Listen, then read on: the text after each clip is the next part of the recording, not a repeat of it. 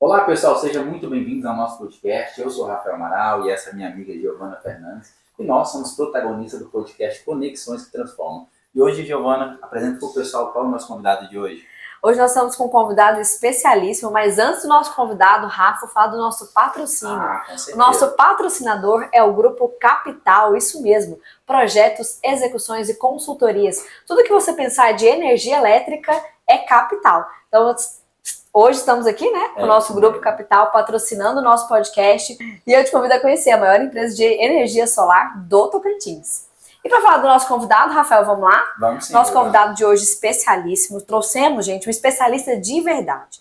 Ele é analista técnico do Sebrae Tocantins, senhor Francisco Ramos, profissional com sólida formação em gestão empresarial, com graduação na área e especializações que reforçam sua atuação e desenvolvimento de negócios, planejamento estratégico e atendimento consultivo. Ele carrega uma trajetória construída com cursos avançados em empreendedorismo, inovação e finanças. Seu Francisco, prazer te receber tudo aqui. Tudo bom, Giovana? Prazer. Olá, Rafael.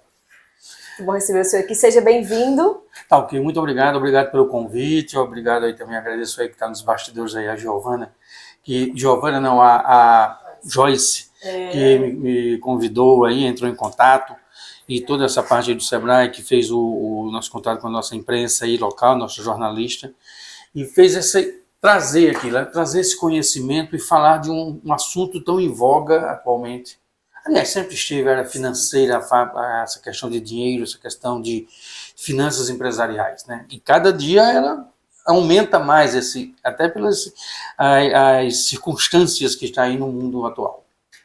É isso aí. Antes de a gente começar, seu Francisco, é uma pergunta que já estou aqui doido para fazer. Né? A gente começar a aprofundar sobre essa questão da parte de finanças mesmo da empresa, eu te pergunto, para um empreendedor começar um negócio, o que o senhor vê que é extremamente necessário? Primeira coisa, para ele começar um negócio, primeiro ponto ele tem, vamos falar num linguajar coloquial, tino para um negócio, ou numa parte mais técnica, ele tem esse espírito empreendedor, ele conhece as características empreendedoras. Porque não tem nada de errado você não ter essa característica empreendedora ou ter esse receio de correr risco. Porque ser empresário é você correr risco, mas correr um risco calculado. Então tem pessoas que não tem esse perfil. E não tem nenhum problema. Tá tudo bem. Tá tudo bem, não tem nenhum problema. Mas você tem que saber disso. Muita gente diz, eu quero ser dono do meu negócio, eu vou ser patrão do meu próprio dinheiro, mas ele esquece que o patrão, por vezes, ele não tem férias, ele não tem 13º. Está preparado para isso? Ele vai estar preparado para esse ambiente de uma certa insegurança, vamos dizer assim, mas que ele vai ter um ganho maior de quem tem 13º, de quem tem 13º, de quem tem férias, de quem tem FGTS. Ele consegue administrar, quanto mais ele trabalhar, ele vai ter um maior lucro. E no outro lado, não. Segundo ponto, gostar do que faz. Não é o gostar do que está dando dinheiro. Porque muita gente olha assim, o que é que está dando dinheiro hoje? É o que eu quero fazer. É o que eu quero fazer. E às vezes me perguntam, normalmente a gente fala sempre muito assim na minha área, no trabalho, o que é que está dando dinheiro? Dá vontade de dizer assim, rapaz, se eu soubesse, eu acho que eu estava aqui. Você acha que eu estava aqui se eu soubesse disso? Mas normalmente é assim, você gosta fazer aquilo que você gosta. E parte do ponto, assim, você gosta de acordar cedo? Não, eu detesto acordar cedo. Então não monta uma padaria. Você gosta de cachorro? Assim? Não, então não monta um pet shop. Tem que ter um mínimo de afinidade com aquela área. De afinidade com aquela área. Então parte desse ponto. Então você tem que começar como quem come papa quente, vai comendo pelas arestas ali. E o terceiro ponto, e não menos importante, alguns pontos aí, você identificar setores que possam ter vazios econômicos. Importante, encontrar vazios econômicos, porque não adianta a gente ver como está todo mundo correndo para um lado só. E aí quando está todo mundo indo para um lado só, você coloca assim, todo mundo vendendo espetinho. Como já houve a época da Lan House, como já houve a época das sorveterias, da Amazônia, como agora está do açaí, agora já está um pouquinho baixa, mas está do açaí, como atualmente está das academias, muitas academias, daqui a pouco vai ter mais academia do que gente. Teve a época de paleta. De paleta. Daquele picolé. O taco, né? Era o taco, né? Era mexicano. Todo mundo abriu aquele negócio. Abriu aquilo. Então é o seguinte, espera aí, então, será que é um vento, é um momento? Então você começa a analisar onde é que está faltando. Por exemplo, uma padaria para cada 10 mil habitantes, uma farmácia para cada 2.800 habitantes. Então existem esses dados técnicos, que por vezes a pessoa abre algo e ele vai no afã porque fulano, beltrano está ganhando, certo? Eu também vou colocar. Sim. Não. E por último, e não menos importante, fazer um plano de negócio. Perfeito. Não é só abrir. Não, fazer um plano de negócio. Ah, mas se eu fosse a mãe de Iná... Não, não é isso. Mas eu tenho que, no mínimo, fazer uma projeção. Eu tenho que, no mínimo, fazer uma projeção. Ah, mas como é que eu posso projetar nessa incerteza? O dólar hoje está a R$5, amanhã pode estar a R$6,50, como pode estar a R$4,20. Sim, mas se eu vou hoje... Nós saímos aqui agora. Vamos pegar esse feriadão que começa agora aí. Amanhã, lá, Dia da Consciência Negra. Eu vou fazer um feriadão. Vamos para Goiânia. Vamos de carro. Quantos quilômetros são? 900 quilômetros. Existe um planejamento. Eu tenho um planejamento. Eu vou gastar quanto? Eu vou gastar, sei lá, para passar um final de semana, eu vou gastar entre ida e vinda e tal, R$5.000. Eu só tem 3.000. Não, então eu não vou. Eu vou de ônibus. Ou não vou. Ou eu vou para Araguaína. Então, eu tenho que ter esta... Nossa, então o plano de negócio ele vai te nortear para esse custo. Perfeito. Receita e despesas. E você faz uma projeção. Entendi. Para ver se vai. Então, pronto. Então quer dizer que nessa visão, nem todo mundo dá para ser empresário, consegue ser empresário? Não, ele não é nato. Empresário não é nato. Você não nasce empresário. Tem uns que têm mais facilidade do que... Isso, é tanto que você forma. É tanto que existem as formações empresariais. Tem pessoas que já nascem como empresário. Sim. Ele já nasce aquele menininho pequeno, contínuo empresarial. Não, é tanto que forma. Existe um curso de Empretec, existem os cursos da Febracis, vários cursos dentro do próprio Sebrae, de outras empresas também, em que você forma um empresário. Você aprende a ter as características. Aí existem as CCEs, as características do comportamento empreendedor. As 10 características, o que é que ele tem que ter? Ele tem que ter busca de informações, ele tem que ter a persuasão, ele tem que ter a constância de propósito, ele tem que ter rede de contatos. Maravilha. Ou seja, a não aceitação de erros, são 10 características empreendedoras. Importante você pesquisar quais são essas 10 características e você ver quais você já tem, quais você pode desenvolver. Aí são as CCS. O Empretec ele está presente em 28 países, ou são 38 países, e no Brasil quem conduz ele é o Sebrae. Então nós temos essa atuação do Empretec, ele começou com 9 dias corridos, reduziu para 6, atualmente está em 5 dias. Mas tem a mesma pegada, o mesmo ritmo de trabalho. Porque você vai desenvolver aquilo. E você é melhor, você é pior, você pode. Mas a pessoa diz o seguinte: mas eu não tenho isso. Você desenvolve. Se você tiver habilidade para aquilo, tiver interesse, você desenvolve. Você vai desenvolver. Então, por isso. Eu não nasci para isso. É como diz aquela história, né? Todos nós nascemos burro, banguelo, liso e nu. Verdade. E careca. Não, nem todo nasceu careca. Nem todos. Nem todos. Ele nasce um pouquinho cabelinho. Pode ficar depois, né? A gente não garante nada nessa vida. Tá? Mas aí o seguinte, a gente desenvolve essas características. A questão é, eu estou preparado para isso? Eu quero fazer isso? Estou disposto a pagar o preço? Eu estou disposto a pagar o preço? E aí o preço é assim, é muito... Porque o empreendedor, eu vou dizer aqui vários exemplos, a gente vê muito uma coisa assim, eu bato muito isso no Sebrae.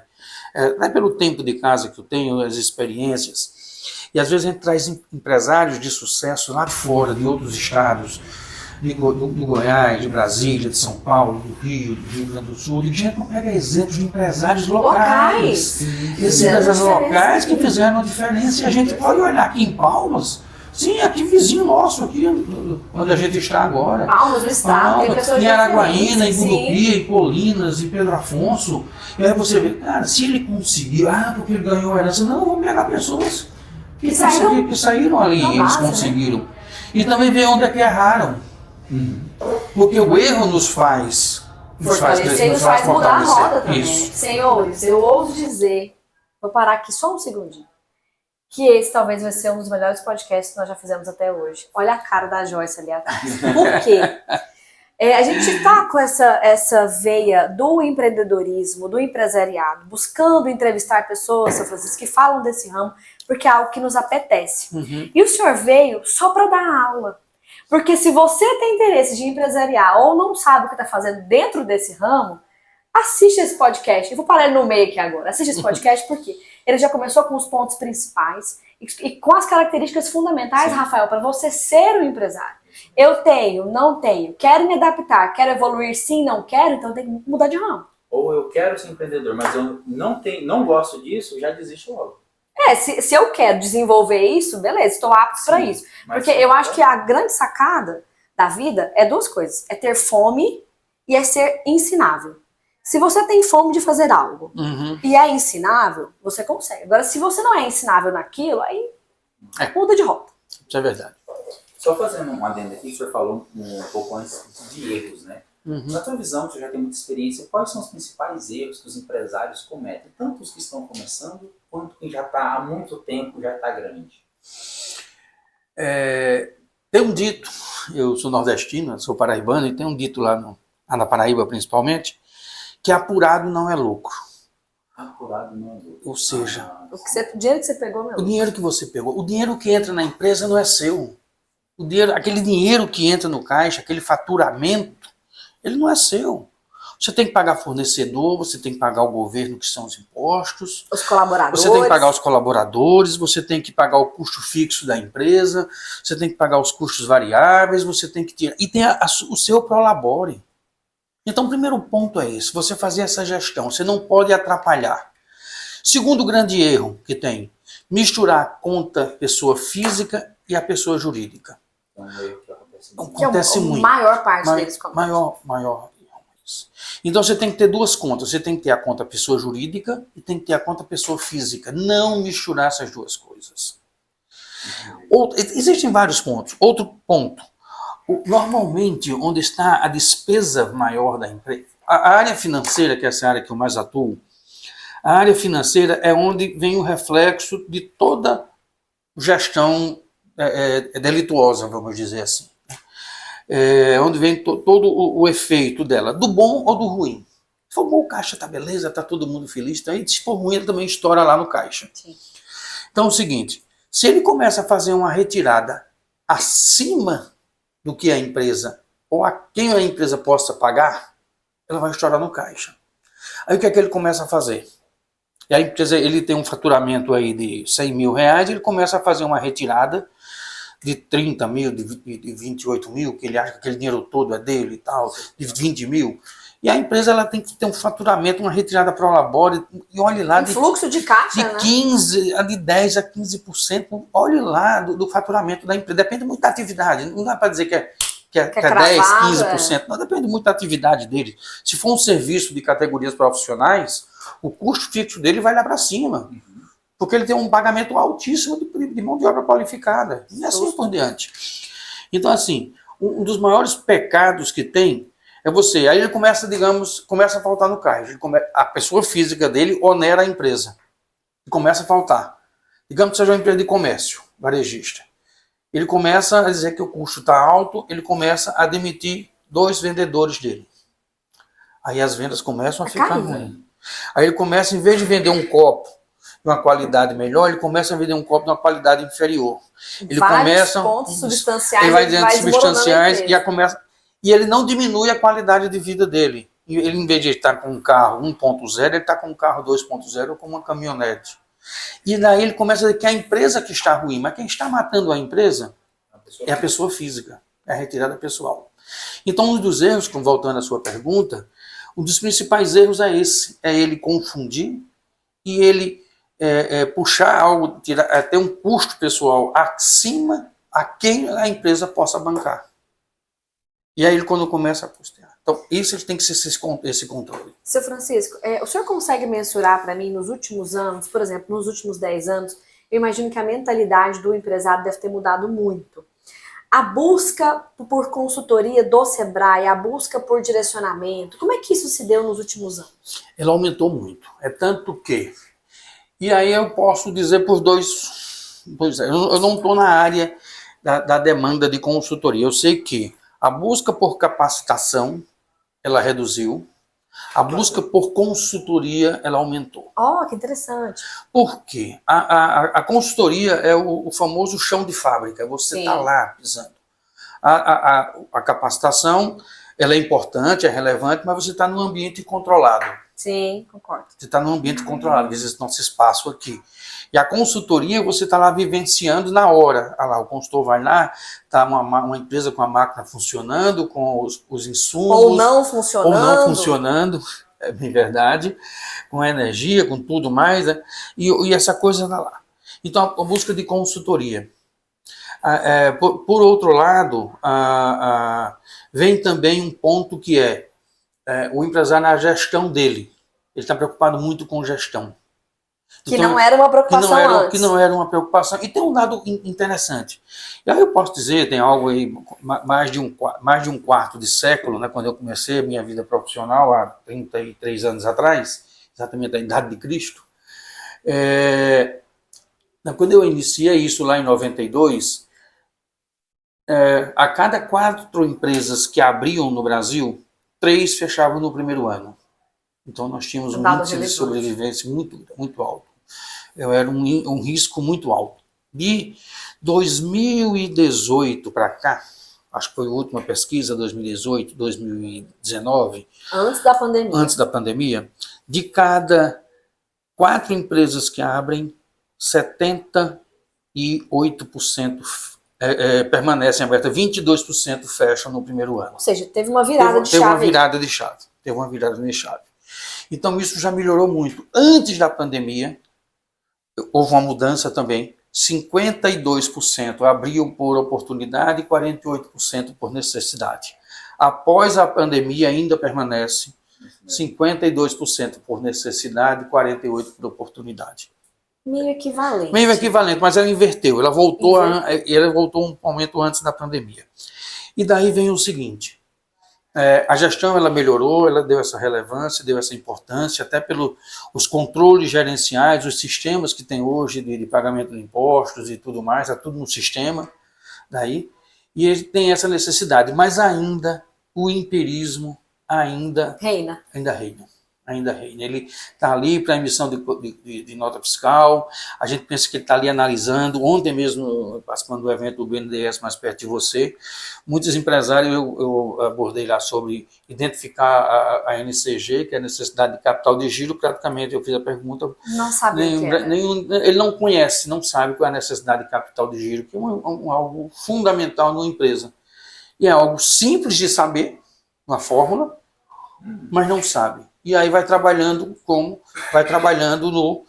se fala, vai vivendo o almoço para comer a janta. No achismo ali do que ele tem que investir ou não investir.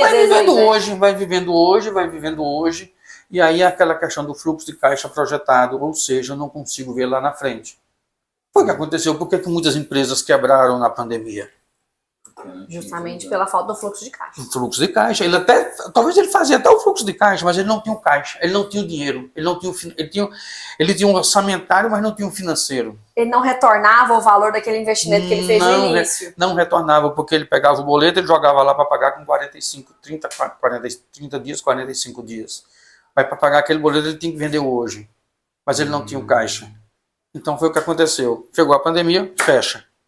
Cadê o ciclo que não tinha como fechar? Entendi. Tá, pensando nessa questão, Francisco, o que o senhor pode dizer para o empresário que está te ouvindo agora, avaliar se, eu estou com o meu caixa saudável ou não? Tem como eles ter essa visão? Ou... Tem várias ferramentas, né? Tem várias e várias ferramentas. Você vai aí no Google, você baixa, você vai no App Store aí, você vai encontrar vários e vários aplicativos. Mas eu vou falar um dentro de casa, né, quando eu trabalho. Lá no Sebrae mesmo lançou agora não, ele já tem uns 4 anos que era usado pelo Sebrae Mato Grosso. E o Sebrae Nacional colocou ele, nacionalizou, fez uma nova roupagem e ele trabalha lá com a planejadora Sebrae. O que é que ele busca aí? Ele vai buscar informações simples, como qual é o teu faturamento em produto ou serviço. Ele vai analisar quais são os seus custos de produção, quais são os seus custos fixos e variáveis, os custos operacionais da empresa, quais são as médias de estoque que você compra, o ciclo que você tem de quantos dias de estoque, qual é o custo de produção, tudo mais, qual é o teu preço de venda, já está lá, quais são os seus custos fixos, e você joga isso aí. No final dessa planilha, você consegue, sim, aí você taxa quanto que você vende à vista, percentual do cartão de crédito, percentual do Pix, percentual do cartão de crédito que eu já falei, e da venda também, tanto da compra quanto da venda, qual é o prazo, e as taxas de maquininha de cartão. E você, no final, ele vai te dar uma necessidade de capital de giro próprio, capital de giro, vai te passar rentabilidade, lucratividade, Que maravilha. taxa interna de retorno, é isso. E depois você faz uma projeção. E se você tem uma necessidade de capital de giro de 80 mil e tem um capital de giro próprio, que não é de comprar mercadorias, e de 80 mil, você tem um capital ali sobrando de 20 mil, ele te dá uma necessidade de 60 mil. Peraí, se você antecipar cartão, você não faz, digamos que ele não faça antecipação de cartão, ele joga naquela planilha e já antecipa, Faz ele uma diz, estimativa. faz uma estimativa. E ele faz o fluxo de caixa atual e faz o fluxo de caixa projetado para os próximos 12 meses. Isso aí ele faz nós estamos fazendo essa consultoria, inclusive, gratuitamente. Olha que interessante, gratuito. Gratuito para os empresários. Nós estamos com 2 consultores aqui em Palmas, disponíveis para atendermos agora, nesses próximos 20 dias, 50 empresas gratuitos. Aí é só procurar o Sebrae aqui na Regional, aqui em frente à Havan, ou me procurar aqui no Sebrae, aqui na sede, mas o contato é com a Havan, vamos dizer assim, lá na Havan, em frente à Havan. Na Havan não, em frente à Havan do Sebrae. Sebrae em frente à Havan. Sebrae em frente à Havan. A gente fala que é o Sebrae Nova York, né? Porque tem a Estátua da Liberdade. É o Sebrae Nova York. E lá, para atender. Então, a ferramenta para ele identificar, tá ali, tá fácil. Francisco, mas eu tenho que ter uma consultoria dessa. Sabia que não precisava? Porque se ele alimentar o sistema de gestão dele, seja da Max Data, seja da Quanto, seja da Rensoft, seja lá qual for, eles lá têm essas mesmas informações. Só que às vezes... Precisa de alguém para pegar na mão. Às vezes Às vezes ele está lá tendo uma Ferrari, uma Maserati com ele, mas está usando um Uno. Ele não sabe dirigir. Realmente, muitos empresários precisam de alguém que pegue na mão e fala, me ensine a fazer. Ele tem lá a informação. Ele te dá essa mesma informação. Só que você está usando, você não está sabendo como a tecnologia de você, como mexer naqueles botões. Então, só para a gente retomar, empresários de Palmas, 50 empresários estão sendo selecionados para ter uma consultoria sobre planejamento. Sobre planejamento financeiro, é a planejadora Sebrae, que a gente faz isso aí, uma consultoria de 3 horas para ele. E outra coisa, no final ele emite um relatório que ele pode ir lá e mostrar para o gerente de banco dele. Porque imagina a situação. Você quando vai buscar um dinheiro do banco, pegar um dinheiro emprestado, você vai numa situação de um teste de desvantagem. Sim. De hora que o banco vende dinheiro. Claro. O melhor produto que existe. Ele vende dinheiro. Mas você vai dizer, olha, me empresta dinheiro para eu montar o meu negócio, para ampliar meu negócio aqui e tal. Mas você, e aí, qual é o teu plano? Normalmente a gente faz o quê? Ligava pro nosso contador e falava, faz um plano aí e me entrega. Mas você tem a opção de ter um plano Não, se é que ele liga pro contador, ele chega lá no gerente, rapaz, me faz, é que eu tô querendo ampliar, qual é o teu planejamento? Às vezes ele não tem nem isso. Então ele chega lá e, se você já chega lá com um planejamento, que ele te dá um cenário 1 e um cenário 2, e você leva isso para ele, já é uma outra impressão. Sim. O mesmo fato se ele for renegociar. Você faz essa mesma projeção em um caso de renegociação de dívida. Olha, cara, eu estou precisando fazer minha renegociação, que também é uma captação indireta. Sim. Olha, eu não estou podendo te pagar agora, eu vou te pagar daqui a 6 meses. Olha a minha condição como é que está. Olha como é que está meu fluxo. Olha o que é que eu vou fazer durante esse período. Eu preciso desse... segurança para cá. Sim. Então, é aí onde entra. Porque a gente acha que o... E você falando aqui, a gente perguntando aqui essas dicas ou consultoria, e eu sempre comento, eu sempre falo assim nas minhas palestras, no meu atendimento, quando a gente está doente, seja uma febre, seja uma dor de cabeça, seja uma dor, a gente procura um médico. E a dor da empresa é a dor financeira, via de regra. Aí, em vez de ele procurar um médico, que é um consultor financeiro, um educador financeiro, ele procura normalmente um outro empresário, que também está com a mesma dor. Aí se abraça, os dois vão chorar juntos. Sim. Porque estão com a mesma dor. Ou ele vai procurar alguém que é o gerente do banco, que está doido para vender um produto dele. E está alguém doente. É como se de repente, em vez de eu procurar um médico, eu vou procurar um farmacêutico. Exatamente. O farmacêutico, ele está querendo vender o remédio. E às vezes vai te vender o remédio mais caro e não é adequado. Aí Então, o consultor, procurar um consultor. um consultor. Eu não estou dizendo que vai nem procurar o Sebrae, não estou aqui para vender produto, não. Mas procura uma pessoa que vai entender o problema, porque ele vai estar de olho na solução. Enquanto que o empresário, a pessoa que está... A empresa, quando está doente, ela está de olho no problema. Ver alguém de fora e ver a solução. E aí é onde está a diferença. E por vezes, o médico, a gente está com uma dor, e o remédio que o médico passa é um citoneurin, uma bezetacil, que dói mais ainda. O cabo, eu já estou com dor, tu vai me dar uma bezetacil, aquela injeção que dói pra caramba. E às vezes o consultor vai dizer isso também, vai te dar uma bezetacil. Ele vai dizer que você venda aquela tua caminhonete Hilux e volte a andar de Celta. Para tu pegar aquele dinheiro da Hilux e investir na empresa, para não pegar dinheiro no banco. Ah, mas eu não queria isso. Ou devolver o capital que você tirou da empresa. Sim, porque aquela Hilux tirou foi da empresa. Geralmente. Então, esse bate-papo com uma pessoa é um choque de realidade. É um choque de realidade, é para você entender. Não, eu não quero fazer. Então, tudo bem, a decisão é sua. Com a doença. Então, é nesse momento, porque a gestão, e eu sempre comento assim, né, até semana passada eu estava ministrando uma palestra lá em Araguaína, em Colinas, e toquei justamente nesse ponto. A responsabilidade da gestão, a irresponsabilidade na gestão de uma empresa, você termina machucando pessoas de tanto você ama por sua irresponsabilidade ou pelo seu egoísmo. Que são seus filhos, sua esposa, ou o esposo, né? Pessoas envolvidas naquele campo familiar, que a decisão sua vai afetar a vida deles. Às vezes os próprios funcionários também. Os funcionários que perdem o emprego, a sociedade que perde aquele produto ou serviço. Então tem um impacto muito grande. Então essa é a diferença que eu vejo em uma boa gestão. Ou entre uma diferença entre uma boa e uma má gestão. Ainda nesse quanto que o senhor vê, tem como o empresário saber qual é o momento, melhor momento para ele pegar um crédito ou não? Vender um negócio ali, vender um negócio. Você estava fazendo isso mais cedo? Estava fazendo isso mais cedo? Deu um pequeno spoiler. É o seguinte, eu sou muito empolgado com crédito, até por uma história pessoal. Eu estou nesse ramo, eu estava falando aqui nos bastidores, né? Há 33 anos que eu labuto nesse tema, e tempos atrás, sou paraibano, Campina Grande, filho único, e meus pais faleceram muito cedo, eu tinha 20 anos, meu pai e minha mãe já tinham morrido, filho único, que fiquei com uma escola que não dava o lucro necessário, porque minha mãe era muito caridosa, vamos dizer assim, tinha mais de 340 alunos e praticamente metade não pagavam, eram bolsistas.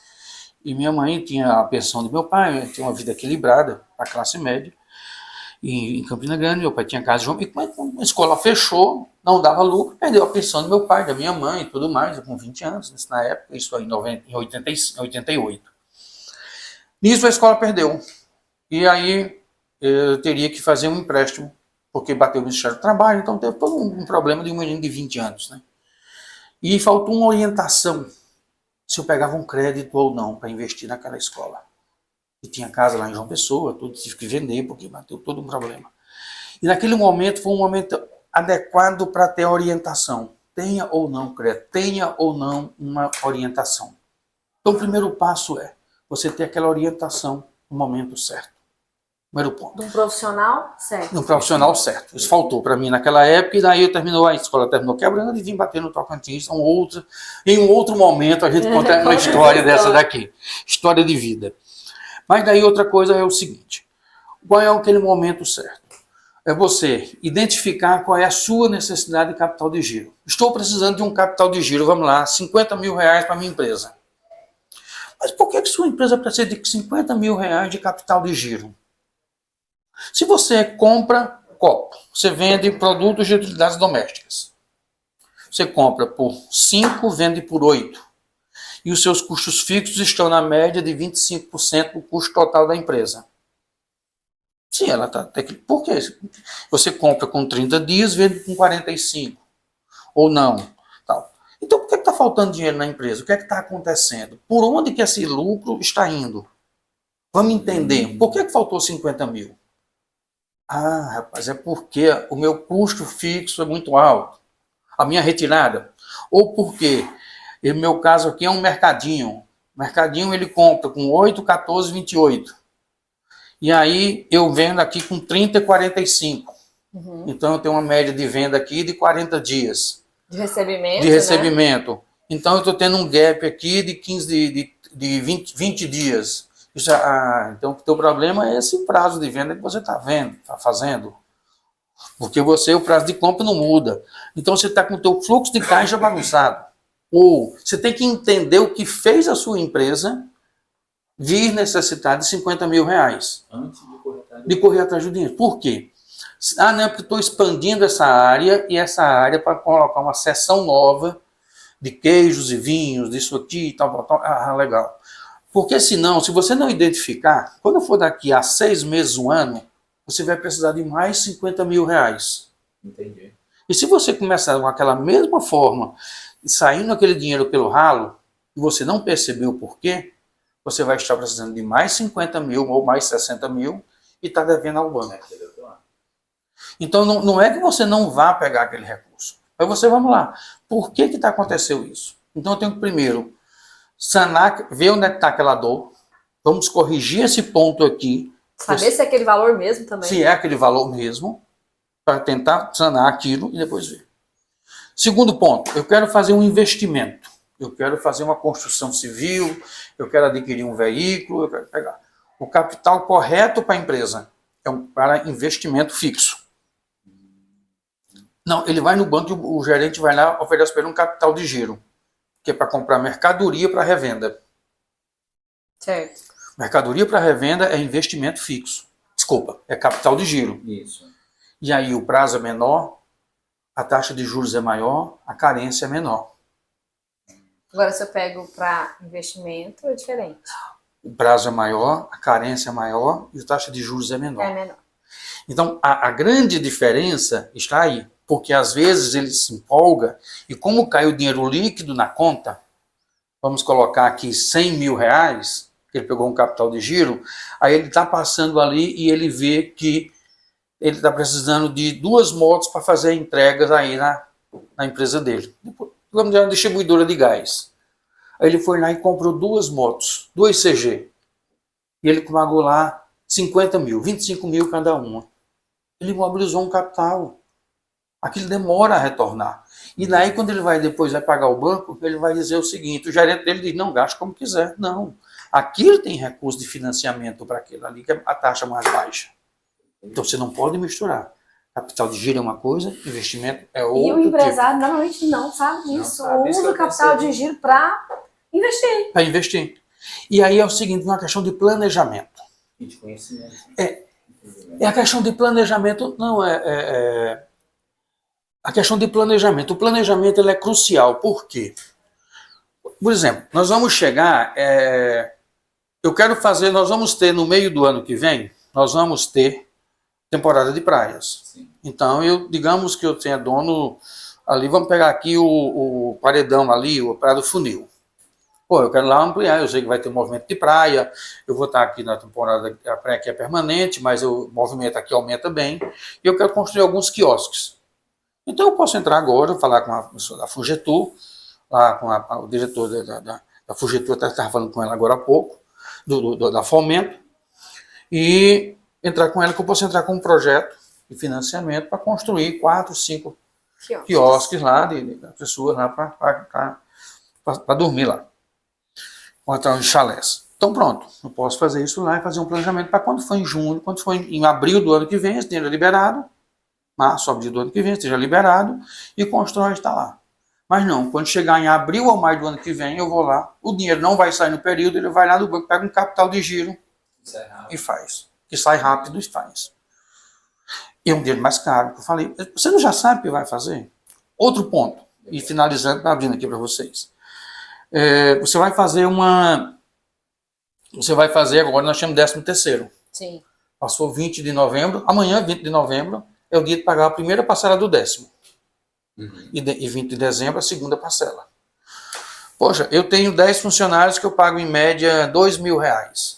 Então eu sei que em dezembro, metade de janeiro, entre novembro e dezembro, eu tenho que pagar uma outra folha de 20 mil. Mas eu só penso nisso no final de outubro, porque o contador me alerta. Por que eu não já faço um provisionamento de R$2.000 todo mês? É verdade. Aí o banco já sabe disso, o que é que ele faz? Libera o crédito especial com capital de giro no final de outubro. No final de outubro. Aí ele já está com a conta dele já apertada. Estouradinha. E estoura ainda mais. Aí a culpa é de quem? É do governo, é do concorrente, é do banco, é do fornecedor, menos dele. Faltou planejamento. Então, é do mercado, é de tudo. Então a questão é porque a gente tem hoje, olha o negócio que é mais perigoso que existe. Aqui tem essas lojas online, uma tal de Shopee, uma tal de aquela Temu, aquela de roupa lá, cheia que você está o tempo todo. Tu está controlando teu dedinho para não estar aqui comprando? Virou uma acessibilidade de pegar o crédito também. Pegar o crédito, tá rápido. Então você tem que hoje tá. Por que eu tenho que trocar o celular todo mês? Seu Francisco, todo ano, aliás. O senhor enxerga um perfil de empresário que, entre aspas, dá mais certo? Não vou dizer que dá mais certo. Porque se eu disser assim, olha, aquele cara que é arrojado, que é ousado, a gente é muito empresário arrojado e ousado que dá com... Fazendo besteira. Fazendo besteira. E aquele conservador que cresceu e aquele conservador não.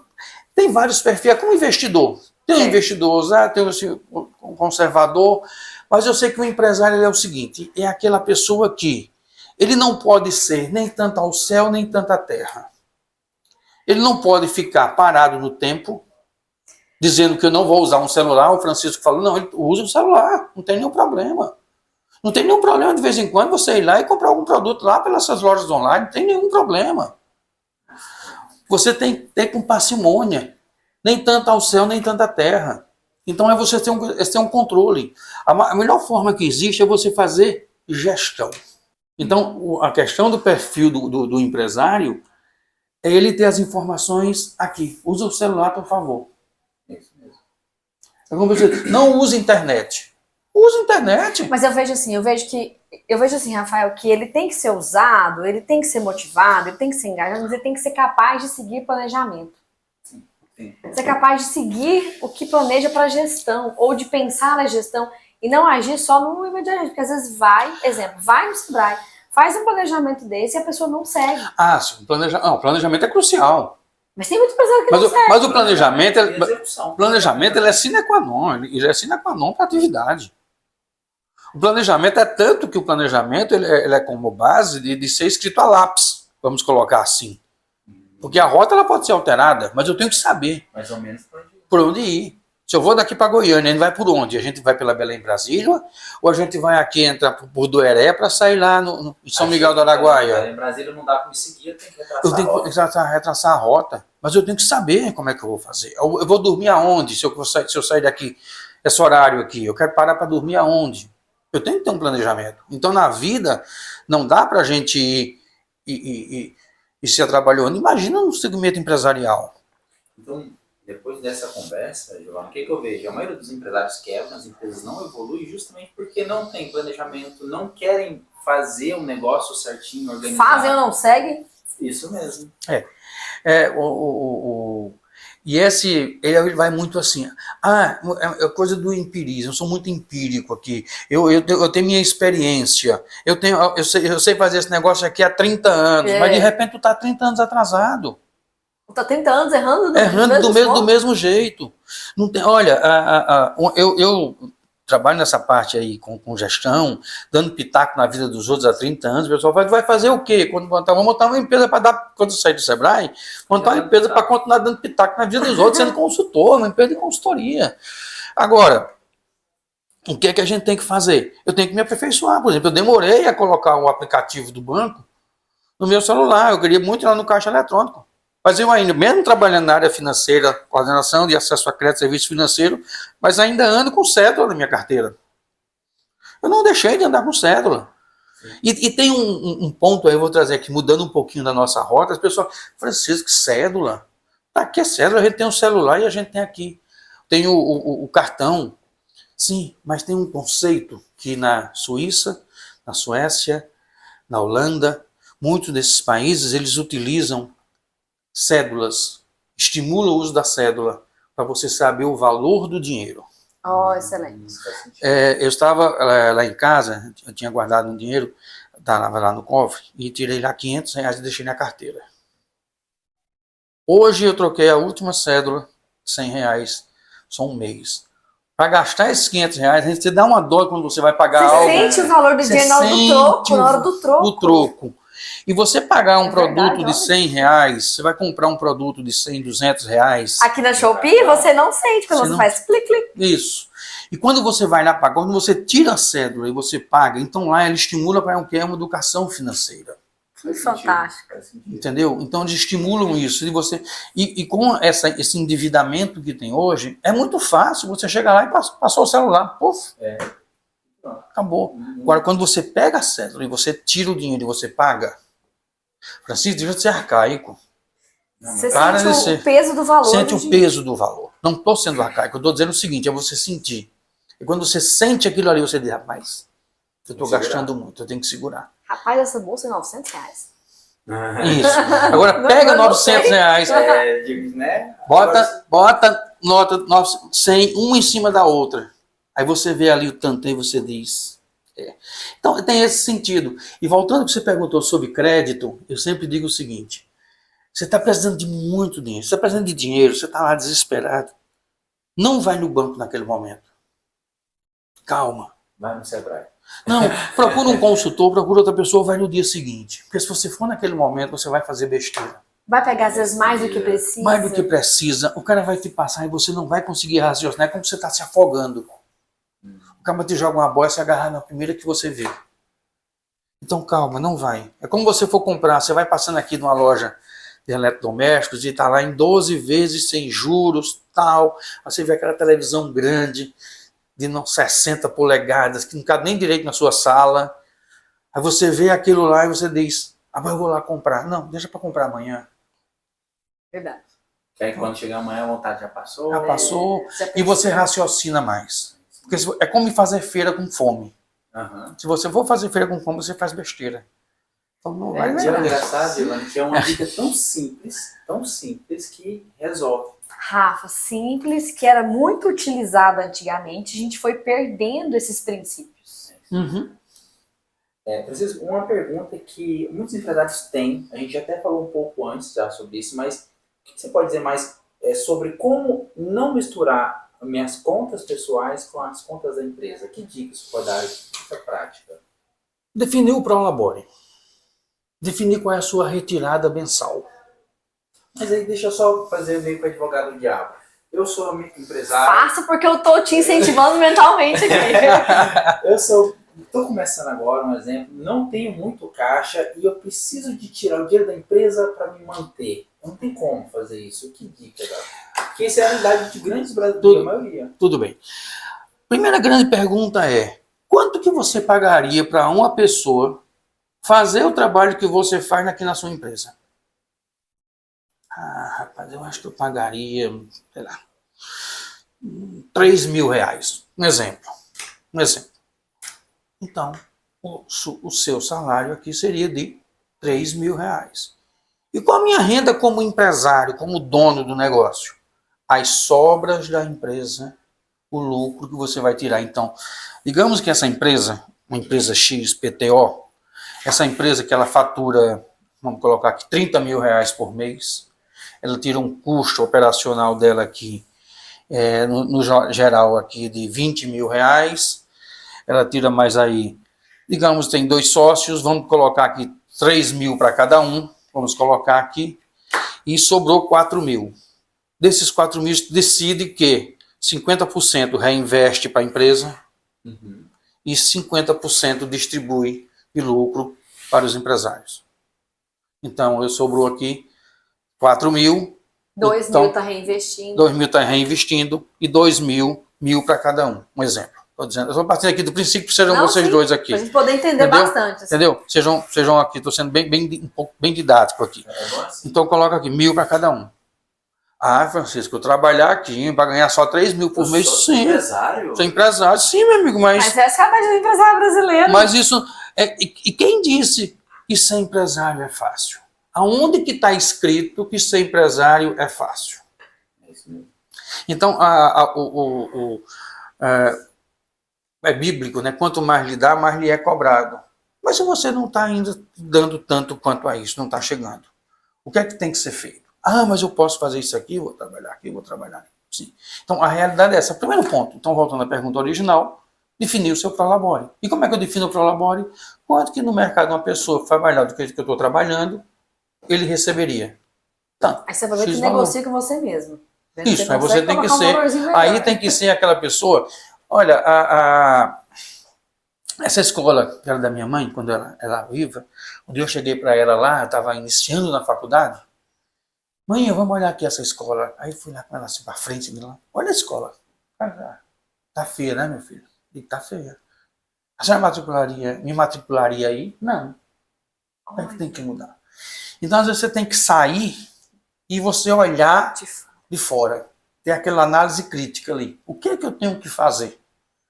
E é muito difícil, inclusive, eu como consultor, às vezes falar isso para um empresário, que a empresa dele está de uma forma, tem que falar de uma forma muito técnica, porque a empresa para o empresário é como o filho. É difícil dizer que o filho de uma pessoa é feio. Que tem problema. Que tem problemas. Ele nasceu desprovido de beleza. Você tem que ter uma... Você vai casar feio desse jeito? Cara de joelho. Então, assim, você tem que ter um certo... Assim, mas para ele entender como é que é. Então, às vezes, no começo, mas é assim mesmo, é natural. Você falando um pouco, digamos um exemplo. A empresa ela não começa de cima.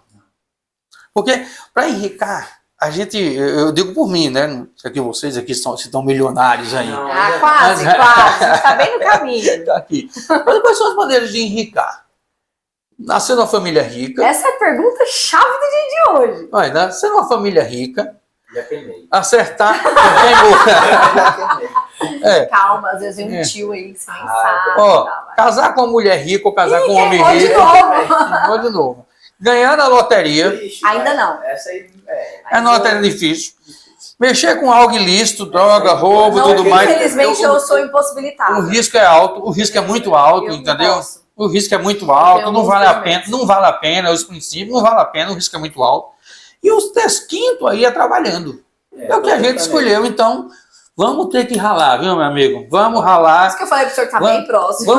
Vamos acordar cedo, vamos trabalhar de segunda a sábado, fazendo o trabalho, que esse é o que dá mais. E como se diz, né? O trabalho dignifica o homem, a gente diz isso e fala tudo mais lá, e eu venho por aí. Maravilha. É isso aí. É o que eu vejo, Giovana.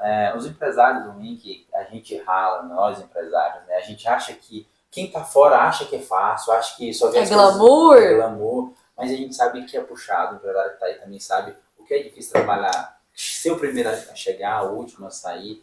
E a gente, o intuito do nosso podcast é justamente tentar ajudar esses empresários com informações, com exemplos. Mas tem assim, eu tô falando aqui já nesse ponto aqui mais de brincadeira, mas o seu empresário, e eu digo, por que você não é empresário? Não, porque eu decidi investir no meu intraempreendedorismo. Aí tu não é empreendedor? Sou eu trabalhei meu intraempreendedorismo. Eu estou na empresa aí há 30 anos, à toa. Sim. Tem os benefícios, também estou lá porque ela tá me devolvendo para ter uma qualidade de vida legal. E eu devolvo para ela através do meu trabalho. Sim. E isso eu aprendo. É uma isso relação... é o intraempreendedorismo que o senhor falou. Isso, aí eu trabalho com... Aí eu investi em mim também, dentro da empresa. Sim. Eu me capacitei, eu investi numa área de finanças, eu investi numa área de educação financeira, eu investi na área de tributária, fazia um pouquinho de plano de negócio para eu devolver para a empresa, ou seja, para os empresários, nessa linha. Mas o empreendedorismo de ser empresário, ele tem sim muitas e muitas virtudes, óbvio. E hoje, cada vez mais, porque emprego normal, tradicional, de seletista, como está cada vez mais difícil. Muito difícil encontrar gente para suprir. Cada vez mais difícil, os salários cada vez mais baixos para a realidade de vida. Então, o que você tem que fazer é, você vai partir para o empreendedorismo, sim, mas se prepare para o mercado, cada vez mais competitivo. Até porque antes o mercado de empresário, ele aceitava, deixa eu falar aqui uma palavra, ele aceitava qualquer coisa que estava lá, uma mercearia. Hoje em dia não, o perfil de consumo mudou muito. O perfil de consumo, o perfil do serviço, baixava uma mercearia com uma balança, que era a única tecnologia que estava lá, era uma balança. Hoje eu quero um autosserviço, não quero mais pegar uma simples, tudo bem. Expositores simples. Hoje não. Então você está lá, você tem que ter produto, você tem que ter produto. Qualidade do atendimento, excelente. Qualidade do atendimento, a exposição, data de validade. Então o mercado está muito exigente. O mercado está muito... Então você vai ser empresário, seja ele na área de comércio, de serviço. Comércio é um dos que mais... que pena mais um pouco é o comércio, que a concorrência é muito grande. O serviço, que você não tem como corrigir um erro ali na frente, porque já viu. A indústria, que ela tem um ganho menor, mas tem uma escala maior, mas a margem é menor. E depende de insumos, depende de uma matéria-prima, depende de uma coisa. Mas você tem que analisar.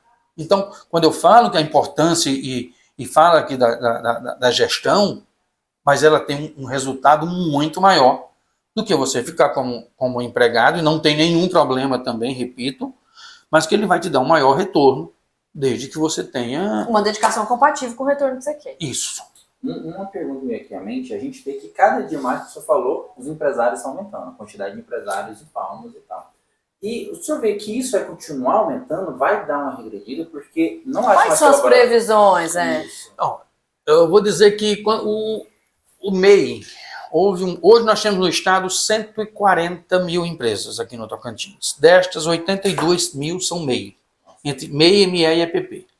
Se eu considerar as demais, que aí entra vão dar 175 mil, mas tem muitos NPJs que são de associações, de vereadores, tudo mais. Então vamos colocar MEI, ME, EPP, que representa 99,4% das empresas do estado, aqui no Tocantins. Então a perspectiva é que cresça. Houve, obviamente, com o advento do MEI e com a reforma trabalhista, lá em 2017, houve, de fato, a pejotização da mão de obra. Inclusive, estava até pelo Ministério Público, estava analisando isso aí, porque pegou muitas empresas, pegou muita gente que estava como empregado e virou para ser CLT, virou para ser CNPJ. Isso teve dois impactos sérios. A redução, eu não vou entrar no mérito aqui de trabalhista, mas eu vou entrar na questão do INSS. Impacto grande, porque as pessoas vão começar a se aposentar daqui a 10, 20 anos, e ele não vai conseguir honrar, porque eles, em vez de contribuir com 11%, que era o projeto original, eles vão contribuir com 5%. Então, mais gente contribuindo, mas com menor valor. Quando ele começar a receber lá um salário mínimo, então imagina que vai desequilibrar. Mas, por outro lado, a perspectiva de aumentar a empresa, isso aí é um fato. Por quê? Cada vez mais as necessidades vão aumentar, o mercado ele não absorve essa quantidade de empregos. Por exemplo, nós vemos aqui no nosso estado, nós temos um estado aí com 1.700.000 pessoas, com 140 mil empresas, 82 mil empresas aí são MEI, uma média de 1 a 2 funcionários, né? O correto é 1. Nós vamos ter aí quantos que não têm contratos aí com prefeituras, com o estado, que são contratos que não deixam de ser MEI. Essas pessoas que deixarem seu contrato, eles vão partir para a atividade, eles vão partir para um negócio próprio. Eles vão ter que se formalizar para ter, no mínimo, assistência do INSS, que volta a ser 11, 5, eu não vou entrar no mérito aqui. Mas o número de empresas tende a aumentar. E esse aumentar de mercado, ele vai precisar de pessoas capacitadas. E eu volto aqui, quando eu morava lá em Colinas, quando começou a chegar a soja aqui no estado. Isso lá em 2005, 2006. Quando chegou a soja para cá, o estado, e veio as colheitadeiras, veio o plantio, veio tudo mais, a mão de obra qualificada veio de fora. E as empresas vieram para cá, que não tinha. Então, quando vai chegando empresas para cá, e o estado nosso está crescendo e tudo mais, as empresas que vão pegar são empresas que vão vir de fora e vão se instalar. Verdade. E quem vai estar aqui vai esperar o quê? Vai ficar esperando, correndo para a periferia para poder sobreviver? Quem pega subempregos. Não se capacita para... Subempregos, ou a minha empresinha pequena, vou ter que sair aqui do centro porque eu não vou conseguir concorrer. Que eu digo as farmácias. Sim. Quando vê as redes, as grandes redes. Ou eu me junto para para montar minha rede de farmácia, ou eu me rendo, como está acontecendo aí com o crescimento das redes. Tá totalmente desenfreado em Palmas. Desenfreado em Palmas, no Brasil como um todo. Então, a pergunta aqui é de crescer o número de empresas, não tem nem dúvida. E para quem está querendo montar a empresa, ele tem que se qualificar ainda mais. Isso é conhecimento. Quem cresce tem conhecimento leva a gente à frente, isso aí não tem dúvida. Isso é verdade, né? Tanto é para você evoluir, quanto para você passar para os outros evoluir também. Por isso que conhecimento é o próprio lema, do Sebrae tem um lema lá nosso, quem tem conhecimento vai para frente, né? É isso aí. É isso aí, né, Giovana? O que você achou? Eu tô apaixonada. Eu vou no Sebrae semana que vem fazer o meu plano de negócio, tá bom, querido? Deixa eu deixar aqui um recado e um convite. Sim, Jair. Dia 4 de dezembro vai estar acontecendo lá no CDL. CDL de Palmas, CDL de Palmas, aqui na área norte, na área norte, aqui na Teotônio de Segurado. Vai estar acontecendo o Mutirão Acredita. Esse Mutirão Acredita, ele é um trabalho de renegociação, crédito e renegociação de dívidas. Ele vai estar lá presente, vai ser das 9 às 17 horas, totalmente gratuito lá. Então vai estar Banco do Brasil, Banco da Amazônia, Caixa, Basa Acredita, Santander, Bradesco, Sicoob Tocantins e Agência de Fomento. Além isso com crédito e renegociação de dívidas. E para a renegociação de dívidas, BRK, Energisa, Espaço VIP e Cartório Moromizado, que tiver com protesto.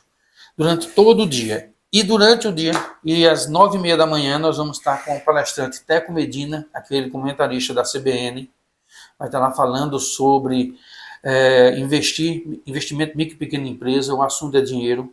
Então, o Teco Medina vai estar aqui, Luiz Gustavo Medina, ele vai estar aqui gratuito. E às 15h30 vai estar o Tiago Godoy, papai financeiro, ele vai estar falando sobre a educação financeira para micro e pequenas empresas, gratuito também.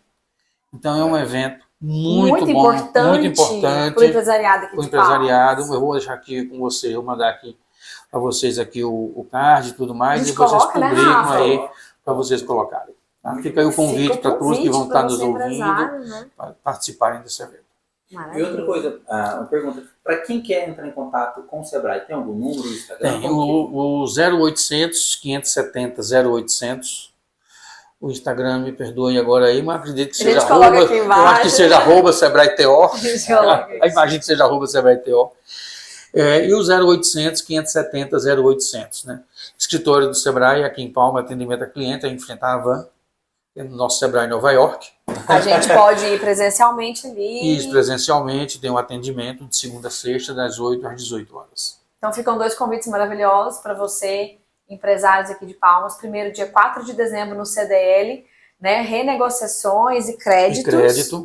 E também você que tem interesse de fazer um planejamento do seu negócio, uma coisa bem feita, né, Rafa? Sim. Crescer, escalar. Nesse dia 4 também vai ter consultores, eu também vou estar lá fazendo essa parte de planejamentos, planejadora financeira, também atendendo empresários nesse dia também. Vamos participar. Vamos falar, né? Com certeza. É bom para fazer network também. Claro. Né? Então, pessoal, espero que vocês tenham gostado, assim como eu gostei. Me seguem nas redes sociais, aqui é rafaelamaral.dh, lá eu falo sobre gestão, sobre liderança, sobre negócios. Giovana. Meus queridos, muito obrigado mais uma vez, podcast Conexões que Transformam. Hoje com os nossos patrocinadores, Grupo Capital, da Capital Elétrica. Agradecer imensamente por esse espaço de vocês aqui. É um prazer poder trazer o nosso podcast para a casa de vocês. E eu sou gil.ffernandes no Instagram. Falo sobre atendimento estratégico, com excelência para o cliente. Me segue lá que eu tô dando dicas maravilhosas para esse final de ano, hein? Seu Francisco, muito obrigada. O senhor deu uma aula, um show aqui hoje. Então, valeu Obrigada então. pela presença. Valeu, um abraço. Você aprendeu muito. Valeu, cara. Então, até mais, pessoal. Até o próximo episódio. Tchau, tchau.